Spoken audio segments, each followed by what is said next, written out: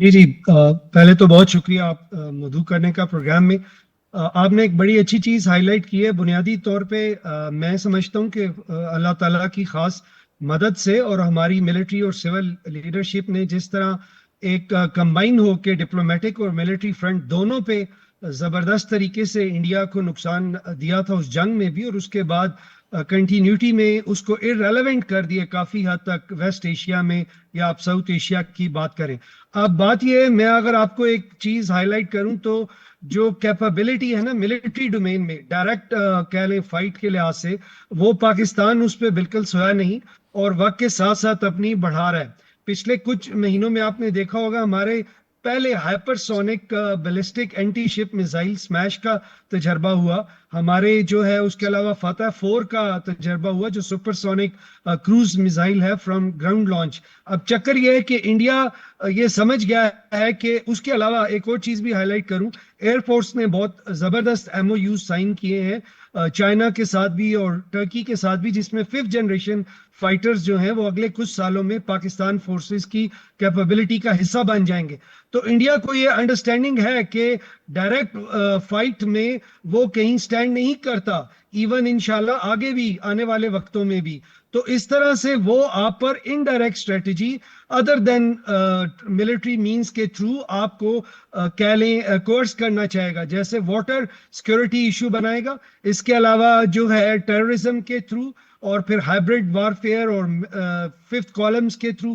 اس کے رسپانس کے لیے میں اگر ایک چھوٹی سی بات کروں تو آپ نے بھی اس کا تھریش ہولڈ اس کو پین کا بڑھانا پڑے گا.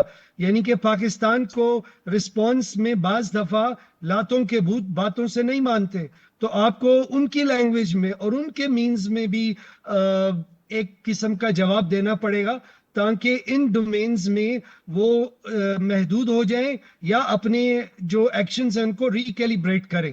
اور انٹرنل فرنٹ پہ آئی وڈ سے ہمیں کہیں بھی یعنی کہ سکون کرنے کی ضرورت نہیں ہے. دہشت گردی ایک ایسا فینومینا ہے جو جاری رہے گی. ہم ایک بڑے ٹربولنٹ جیو اسٹریٹجک لوکیشن میں ہے جس میں اس وقت تینوں طرف کہہ لیں جنگ یا گرے زون ہے, نو پیس نو وار والی سچویشن ہے. تو اس میں انٹرنل فرنٹ پہ بھی سیکورٹی میئرز مزید آگمنٹ کرنے کی ضرورت ہے, بٹ ایکسٹرنل پین جو انیمی ہے اس کی لینگویج میں بڑھانا پڑے گا تاکہ پھر وہ اپنے ان ڈیسیژنز کو لگام دے. ادروائز ڈیفینیٹلی جیسے آپ نے ہائی لائٹ کیا واٹر ایشو اگر خطرناک صورتحال اختیار کرتا ہے, مے بی اس کے لیے پھر ہمیں ادر دین جو ٹاکس ہے یا گارنٹیئرز ہے ہمیں فزیکل ایکشن بھی لینا پڑے.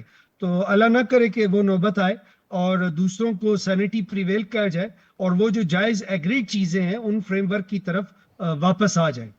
ٹھیک ہو گیا. جاوید صاحب سر پہلے آپ سے پھر میں ذرا ڈاکٹر سجاد بخاری سے اس پہ بڑی ڈیٹیل بات کروں گا. ایک طرف ہمارے ایک چیپٹر امن کا ہے, ہم پوری دنیا میں امن قائم کرنے کے لیے پوری دنیا کی امید کا محور ہم نے ایم او یو اسلام آباد ایکارڈ سائن کروا لیا, ان چیزوں پر بھی بات کرتے ہیں. دوسری طرف بھارت کی جانب سے مسلسل شر انگیزی ہے اور بھارت افغانستان کو استعمال کر رہا ہے اور افغانستان استعمال ہو رہا ہے. آپ کے سامنے ہے, کیا کرنا ہے سر اس چیپٹر کا؟ دیکھیے اب یہ بات تو کلیئر ہے کہ انڈیا ہمارا اینیمی ہے, اینیمی نمبر 1 ہے, اور ازل سے جب سے پاکستان آزاد ہوا ہے 47 سے لے کر اب تک اس نے کوئی لمحہ ضائع نہیں کیا پاکستان کو کمزور کرنے کا, غیر مستحکم کرنے کا, اس کو نقصان پہنچانے کا. آپ کو پتہ ہے کہ انڈیا کے ٹاپ لیڈر سے 47 کے بعد وہ یہ مسلسل راگ الاپتے رہے کہ پاکستان تو 1-2 سال کی مار ہے, یہ زیادہ انڈیپینڈنٹلی 1-2 سال ایگزسٹ کر سکتا ہے, اس سے زیادہ نہیں کر سکتا. جب ان کی یہ خواہشیں دم توڑ گئے, یہ خواب ان کو ڈراؤنے خوابوں میں بدلنے لگے, تو انہوں نے پھر حرکتیں شروع کر دی. مثلا 65 میں حملہ کر دیا مغربی پاکستان پر اور کہا کہ رات کو ہم جا کے جم خانہ میں فتح کا جشن منائیں گے وغیرہ وغیرہ. وہ ساری باتیں ختم ہو گئیں اور پاکستان نے اپنا دفاع کیا. پھر انہوں نے اور سازشیں شروع کی اور آپ کو بتایا کہ انہوں نے 71 میں ایسٹ پاکستان میں ایک بہت بڑی گہری سازش کی اور پاکستان کو ڈی اسٹیبلائز کیا, پاکستان پر حملہ کیا